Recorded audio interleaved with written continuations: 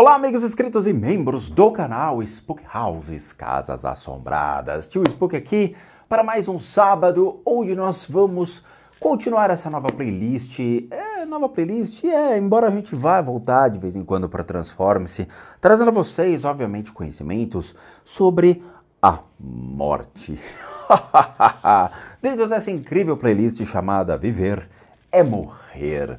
Faz parte de um livro budista, onde os ensinamentos ligados, obviamente, à vida, eles chamam de bardo da vida, né? Bardo do viver, o bardo da sua existência, até o seu bardo da morte. Claro, existem outros, que é o bardo dos sonhos, depois tem um bardo da transformação, que eles chamam, mas são vários estágios, várias percepções sobre a existência, e ao longo da nossa existência, de consciência para a consciência. E é muito legal, porque ele traz diversos apontamentos sobre o que é e como é a morte, sobre a ótica do budismo tibetano. Muitas pessoas pedem, fala sobre o budismo tibetano, então tá aí, um livro bem interessante. Mas vamos lá, viver é morrer. Uma vez que nasci, devo morrer, portanto, nada nos ajudará no momento da morte. Tudo o que nós, seres humanos, fazemos, pensamos e sentimos enquanto estamos vivos é movido por ignorância, emoção e karma. Olha isso, ó. Tudo é movido por ignorância, emoção e karma. E são a nossa ignorância, emoção e karma que conspiram para assegurar que todos tenhamos de enfrentar a vida e a morte completamente sozinhos. Não há escolha. Teve outro dia um menino que veio escrever besteira falando sobre livre-arbítrio. Tá aqui, ó, não há escolha, não tem o livre-arbítrio. Uma vez tendo nascido, nada nem ninguém pode evitar a nossa morte.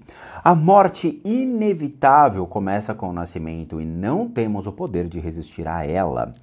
Se você não deseja vivenciar o desamparo e a solidão da morte e do renascimento, deve reunir, enquanto está vivo, as causas e condições para nunca mais renascer.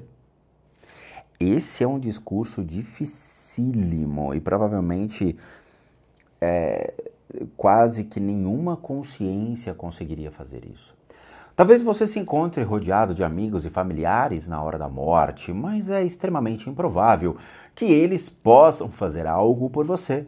Podem até piorar as coisas. O que acontecerá se, enquanto exala o último suspiro, você perceber que os seus parentes avarentos já estão brigando como abutres para ver quem fica com o quê? E isso acontece, você sabe bem disso, né? Porque você já fez isso. Já, não adianta mentir. Se antes do seu corpo esfriar, eles já começarem a pilhar a sua bela casa e os seus tesouros, invadir as suas contas de e-mail e abrir o seu cofre forte no banco. Se ainda ao redor do seu leito de morte eles já estão batendo boca para saber quem ficará com sua inestimável escrivaninha de Luís XV, enquanto o inútil do seu sobrinho folheia uma das suas preciosas primeiras edições. Por outro lado, ter as pessoas que você ama e o amam ao lado da cama na hora de partir pode fazer com que a dor da separação seja insuportável. A mente humana grosseira tende a pensar na morte como a separação definitiva entre o corpo e a mente. Uma descrição mais precisa é que a morte marca o fim de um período de tempo. E é verdade, o tempo da sua existência em vida. Portanto, ao longo da assim chamada vida, estamos experimentando uma série contínua de mortes. A morte da morte é o nascimento, a morte do nascimento é a permanência, a morte da permanência é o nascimento da morte. Tudo que experienciamos é simultaneamente uma morte e um nascimento. E se você está sujeito ao fenômeno chamado tempo, também está sujeito à morte. Aquilo que em geral chamamos de vida ou viver é cheio de acontecimentos, mas a morte, que talvez seja o mais importante dos acontecimentos, é bem o oposto. Se você morresse essa noite, poderia a sua identidade, tudo o que possui, e nenhum dos seus planos viria se materializar, e é por isso que a morte é um problema tão grande. Para a maioria de nós, o nascimento é bem menos preocupante do que a morte, e nem de longe tão apavorante quanto a morte. De fato, adoramos nascimentos. Quando um bebê nasce, parabenizamos os pais, depois comemoramos os aniversários do bebê, incansavelmente pelo resto da vida dele.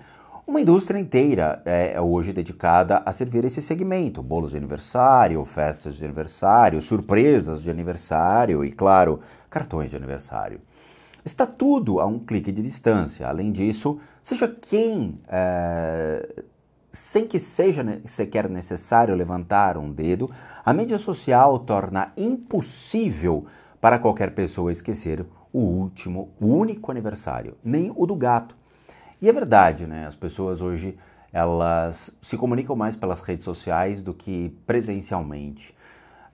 Todo mundo quer comemorar, mas à distância. Oh, parabéns, hein? Parabéns, parabéns. Fiz a minha lição de casa, dei parabéns para a pessoa, mas não foi lá e deu um abraço na pessoa. As pessoas sentem faltas de abraços. Ao contrário de nós, os grandes mestres Mahayanas pensavam que o nascimento é um obstáculo muito mais difícil de ultrapassar do que a morte. Nagarjuna, o grande Mahasiddha e erudito da Índia, disse ao seu amigo rei que para uma pessoa espiritualizada, o nascimento é muito mais perturbador e problemático do que a morte jamais poderia ser. Engraçado, o inverso. Então, por que as pessoas espiritualizadas valorizam mais a morte do que o nascimento? O nascimento é o único evento da vida sobre o qual não temos absolutamente nenhum controle. Saímos do corpo da nossa mãe sem que tenham nos perguntado nada. Tipo assim, você quer nascer? Você quer ir para a vida? Você quer sofrer, ter todos os desafios da sua existência? Não temos o direito de opinar sobre o lugar onde vamos nascer, quem serão nossos pais, o dia e hora do nascimento, nem para começo de conversa se devemos ter nascido. Todas as circunstâncias estão fora do nosso controle. Saber que nascemos não nos ajuda em nada em nenhum estágio da vida, enquanto saber que a morte é inevitável nos incita a valorizar constantemente o que temos agora. Saber que vamos morrer nos ajuda a fazer o melhor possível da nossa vida. Saber que a morte é certa e iminente é o que nos possibilita amar e nos mantermos sãos. Também é o que evita que a vida mundana nos deixe insensíveis e entorpecidos. Para quase todos nós, a vida é intoxicante. Pensar sobre a morte pode ser o único método disponível para nos deixar sóbrios. Se você nasceu, vai ter que morrer. Se estiver morrendo, vai ter que renascer. Como podemos interromper esse jogo cíclico do nascimento e a morte? Reconhecendo o estado desperto. Agora são conceitos budistas. Uma vez que você tenha acordado ou se iluminado, deixará de reunir as causas e as condições que resultam em uma morte e um renascimento. Até que isso aconteça, porém, renascerá e morrerá uma vez pós a outra. Como o nascimento e a morte são inseparáveis, deveríamos lamentar o nascimento tão quanto a morte.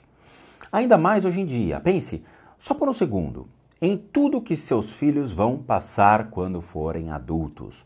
Um dia, a sua filha vai entrar em um shopping e ficar fascinada com todos aqueles fenômenos tentadores. Os batons vermelhos e brilhantes são absolutamente irresistíveis. O que dizer então dos artigos de papelaria? A partir daí, não há como evitar o mundo dos cafés gourmets, Starbucks, a moda, os resorts, bem-estar, ou as contas bancárias e o conceito do dinheiro. Uau, a vida é bela, mas também é uma dureza. Agora é a morte por um lado positivo.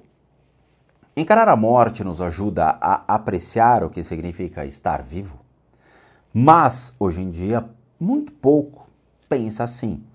A maior parte das pessoas do nosso tempo vive às cegas, ignorando por completo que a morte é inevitável, imprevisível. Vamos lá. Dentro de um conceito de uma natureza búdica, de acordo com o Buda Dharma, a morte nos ensina uma verdade extremamente positiva, que a natureza da mente de cada ser humano é o Buda, que a natureza da minha mente, a natureza da sua mente é Buda. Buda não é uma pessoa, Buda é um estado de percepção, ok? Não é uma pessoa. Eu canso de falar isso no canal. Buda não é uma pessoa, Buda não é Cristo, tá? Quando você fala de Cristo, você personifica aquele cara cabeludo, barbudo, vestido trapos, comandando os seus apóstolos contra o Império Romano. Não, Buda não é isso. Buda é um estado de percepção da existência do ser perante a sua própria natureza e perante todas as condições que são colocadas ao longo de sua vida. A natureza búdica não é uma teoria New Age exótica, embora muitos canais fazem isso, nenhum fenômeno ocultista, embora muitos canais ainda propaguem isso. Como você tem a natureza búdica, seja lá o que você fizer, esteja onde estiver, a essência da sua mente ela vai ser sempre Buda, tá? Sinta a textura do livro ou do dispositivo que está segurando, escute o que está acontecendo ao seu redor, sinta a maciez da almofada sobre o seu travesseiro, o peso do seu corpo sobre a sola dos seus pés. Pense nas palavras que está lendo, a essência da sua mente é Buda. A mente que faz tudo que acabei de mencionar, a sua mera mente comum, ela é Buda, ou seja, é um estado desperto. Não apenas a sua mente é Buda, mas a mente comum de todo ser senciente que sabe ler, ver, ouvir, degusta e assim por diante também é Buda. Quando você tem as 8 consciências, pelo menos as 5 consciências mais mundanas, né? Olfato, tato, paladar, você tem uma consciência que traz um discernimento. Esse já é uma consciência na qual você traz sim ou não. Você pega um copo gelado, por exemplo, a sua consciência, percepção sobre a existência daquele copo e dele estar gelado, já traz um comando para você. Sim, eu continuo segurando, não, eu largo porque ele está gelado. Ou quando você vai comer algo quente ou algo frio. Você quer comer algo quente, mas está gelado, a sua consciência diz, eu não quero comer uma comida gelada, eu quero comer algo quente. Então você tem a sua consciência interpretativa sobre as coisas, ok? Esse estado interpretativo já é o início de uma consciência na qual você cria valores e você interpreta as ações e reações dentro da sua existência. Porém é pífio perto da enorme possibilidade que a sua mente possui para chegar a um estado de iluminação completo, tá bom?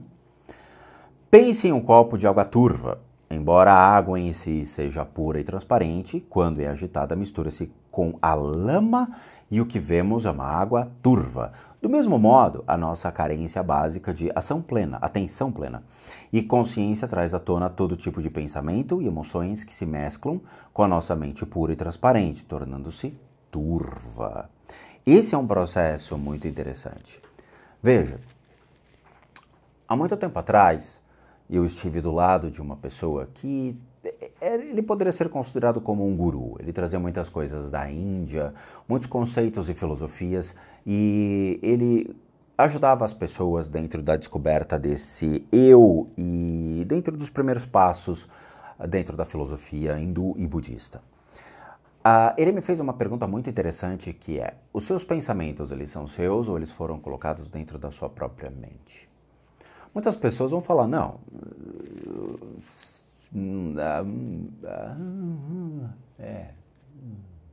não sei. Teoricamente, a nossa mente, ela é puramente interpretativa mediante a tudo aquilo que é colocado ao nosso redor. Se você não tem uma ação, você não tem uma reação da sua mente. Se você não tem uma percepção da sua mente, a sua mente torna-se pura, limpa, transparente. Todas as suas emoções, todas as suas ações, elas são decorrentes da sua própria percepção e da sua mente. E isso vocês nunca perceberam. Quando vocês olham para algo, a sua mente já cria valor, já cria percepções. A textura, a cor, a ação, se você quer ou não quer, se você precisa ou não precisa, você vai automaticamente fazendo essa mensuração de valores. Veja, é muito interessante quando você entra numa academia de musculação, por exemplo. Você entra e fala, o que eu vou fazer hoje? Você olha para todos os aparelhos que lá estão e pensa o que você quer realmente fazer.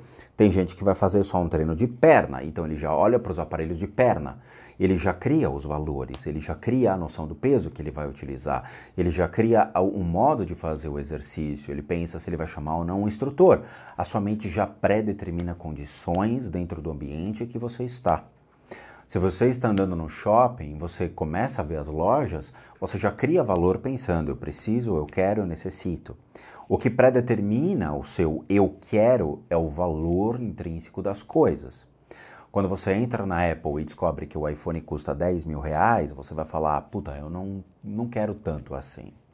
Mas você queria um iPhone de 15 mil reais, mas o que predetermina a sua consciência é dizer, não posso, obviamente, é o valor intrínseco àquilo que é colocado a você. A sua mente interpreta. Quando você sai da loja da Apple dizendo, puta, eu não consegui comprar porque eu não tenho dinheiro para isso, a sua mente fica turva. Por quê? Porque você entra no loop de emoções, de tristezas, de decepção, de frustração. Você gostaria de ter coisas, o seu ego precisa disso. O seu ego trabalha como uma moeda de troca. Eu preciso, eu necessito, eu quero, me dá. E quando você entra na loja e descobre que você não consegue, suas emoções perfazem a sua mente e a sua mente fica turva. Porque quem passa a comandar as suas emoções, obviamente, são as impressões erradas geradas pela sua própria mente, ocasionada pela ignorância. Que ignorância? A ignorância do ser de saber que você não precisa, não pode e não consegue.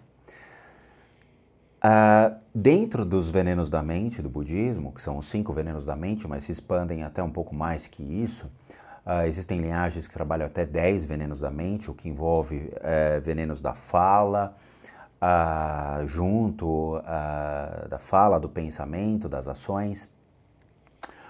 Quando você entra no esquema desses venenos da mente, o primeiro e o mais importante de todos é a ignorância. Porque a ignorância faz você agir de maneira com raiva, a ignorância faz você gerar o apego. Se você tivesse $1 milhão, 5 milhões de reais na sua conta, o que você faria? Você provavelmente alimentaria o seu apego. Você iria comprar uma casa, você iria comprar um carro, você iria comprar roupas, você iria entrar na Apple rindo e falando, eu vou comprar essa porra dessa loja inteira. Você se daria o luxo de poder andar com o nariz empinado dizendo, agora eu criei poder. Porque dentro da sua ignorância, ter é poder. Mas quando você é colocado dentro de outro segmento, por exemplo, o que a gente vê hoje muito nas modinhas dos Instagrammers, quando você entra num debate acadêmico e leva um Instagrammer que só tem matéria, mas ele não tem conhecimento, ele é completamente ignorante. Por quê? Porque ele não tem conhecimento de nada a não ser da própria matéria que satisfaz o seu ego. Eu estou dando um exemplo que é muito factível ao que vocês veem. Hoje, vocês veem muitas pessoas ganhando dinheiro fácil, seja vendendo o seu corpo no OnlyFans, ou utilizando-se das redes sociais, se perfazendo de coisas que o cara nem tem, mas ele arruma só para mostrar e tira foto e tudo mais. E, na verdade, o cara é extremamente vazio por dentro de princípios de conhecimento, dentro de princípios de valores. O valor da pessoa é a conta bancária e o resto dane-se. Então, não importa o quanto você tem no banco. Se você não tiver dentro de você esses valores, o conhecimento, o aprendizado e realmente ter adquirido coisas legais na sua vida que criem um eu muito mais nobre, e não estamos falando de riquezas, mas sim de caráter, de conduta, de posturas e de conhecimento sobre as coisas, você vai continuar sendo sempre um ignorante. A ignorância é o fator principal sobre todas as causas. Pensem sobre isso, reflitam sobre isso. O texto é maravilhoso, é um texto muito importante porque vocês vão moldar a vida de vocês a partir desse conhecimento. Prestem muita atenção sobre o que acontece ao seu redor. Olhem para dentro e façam esse juízo de valores dizendo o que é importante para mim. O que é importante para mim no qual eu me coloco acima ou o que é colocado acima da minha importância. Sabe, muitas pessoas... Eu vou dar um exemplo meu, tá? Eu gosto de música, eu tenho minhas guitarras aqui, mas eu sempre coloco preço nas guitarras porque eu sei quanto vale realmente a manufatura de um produto, eu sei quanto vale as peças, eu sei quanto vale a madeira, eu sei quanto vale o produto em si. Eu fiz uma pesquisa e eu sei quanto é o valor de custo de uma mercadoria dessa e quanto que um lojista e quanto que uma pessoa física, quando vende nas plataformas digitais produtos usados, quanto que realmente ele coloca. Poderia comprar uma guitarra de 20, 30 mil reais se eu quisesse. Mas ela vale isso? Não. Então eu crio valor sobre o objeto para que ele realmente não acabe valendo mais do que a minha percepção sobre ele. Então eu sei ponderar realmente o quanto vale algo para mim e o quanto eu estaria excedendo sobre o valor justo a ser pago. Esse é um bom senso, isso é uma métrica sobre o que vocês devem fazer ou não, ok? Pensem sobre as coisas que vocês querem, as coisas que realmente têm valor, qual é o valor intrínseco e o quão realmente é importante para vocês. Eu lembro que, brincando com a Apple, né, porque a Apple é uma marca muito sonho de consumo de muitas pessoas, eu lembro que eu tinha um iPhone 5. Eu sempre gostei do iPhone 5. Eu tive o iPhone 3, depois eu tive o iPhone 4, depois eu fui para o 5. Pifou. Por quê? Porque a Apple deixou de atualizar e os aplicativos não funcionavam mais. O telefone não tinha mais valor. Aí eu falei para a Dani e falei, vamos vender e pegar um iPhone mais simples possível. E achamos um iPhone SE. Poderia ter comprado o iPhone 8, poderia ter comprado o iPhone 10, 12, 15. Não, eu quis pegar o que realmente o custo-benefício é útil dentro do critério de um telefone. Ele custou R$2.000 comprados na Casas Bahia. Foi na Bahia? Eu acho que foi. R$2.000. É o que eu realmente acho justo para um telefone. Veja, a minha mente arbitrou dizendo o que é um valor justo para um telefone e a utilidade que ele tem para mim. O que eu posso não fazer com esse telefone dentro desse critério de R$2.000. Até onde eu consigo atualizá-lo e ficar por mais 5, 10 anos com ele. Eu fiz uma pesquisa, a minha mente aceitou, minhas emoções concordaram. Embora automaticamente a gente vai pesquisar sempre o último lançamento da Apple dizendo eu quero um iPhone 14. R$10.000? Não. Não. Eu não preciso de um iPhone de R$10.000. Eu fui atrás de um iPhone que o custo-benefício realmente me atingia, ou seja, achei útil, ponderei sobre os valores e concordei. Esse iPhone tem valor para mim? Ele teve o valor justo, mas emocionalmente eu não estou apegado a ele, ok? Essa é a importância. Crie valor justo para as coisas e entendam que elas podem lhe complementar a vida, mas não sobressair a sua pessoa. Nós sempre buscamos coisas e objetos que sobressaem a nossa necessidade. E, na verdade, pagamos muito mais caro por isso e damos mais valor a esses objetos do que a nós mesmos, do que as nossas relações interpessoais, do que a nossa família, do que nossos amigos ou o que for. Isso já é um passo muito importante para vocês entenderem a relação entre viver e morrer. O apego junto ao critério da sua ignorância sobre o que está ao nosso redor. Isso é um despertar de uma mente budista, quando você entende a realidade e as relações da vida de uma sociedade em qual você está inserida. Esse é um princípio, esse já é um despertar. Comece a observar as coisas, tá bom? A gente vai fazer uma pausa agora e vai ter muita coisa legal falando sobre isso e vale muito, muito, muito a pena a gente continuar discorrendo para poder ajudá-los cada vez mais dentro da busca da sua espiritualidade e do bom senso à sua existência. Então é isso. Muito obrigado a todos por assistirem o vídeo até agora. Como recadinhos finais, todo mundo aqui sabe que eu sou um terapeuta, um psicoterapeuta alternativo, sou licenciado nacional e internacionalmente junto a institutos que me habilitam, me capacitam, para que por meio de técnicas complementares a gente consiga complementar a medicina e nunca substituir. Complementamos junto aos tratamentos das enfermidades físicas, emocionais, mentais, e aí entramos no critério das limpezas de casa e as análises de casas. E para aqueles que querem passar por isso, devem encaminhar um e-mail para limpezadecasas@gmail.com e lá vocês vão ter todas as devidas informações, bem como os respectivos valores. Sim, eu cobro. Por quê? Porque eu não sou vidente, eu não sou paranormal, eu não sou médium, eu não sou pai de santo, eu sou um profissional das práticas integrativas complementares. Para aqueles que querem ajudar o canal, nós temos 3 formas de doação: PayPal, Seja Membro e o Valeu. Os 3 encontram-se aqui abaixo. Veja a melhor forma para você, que nos ajude muito. E por último, o nosso site, casasassombradas.com.br, com muita coisa legal para vocês. E vou pegar aqui um embalo, como eu sempre falo na playlist Transforme-se, e acho que é cabível aqui. Namastê, meus nobres e queridos gafanhotos.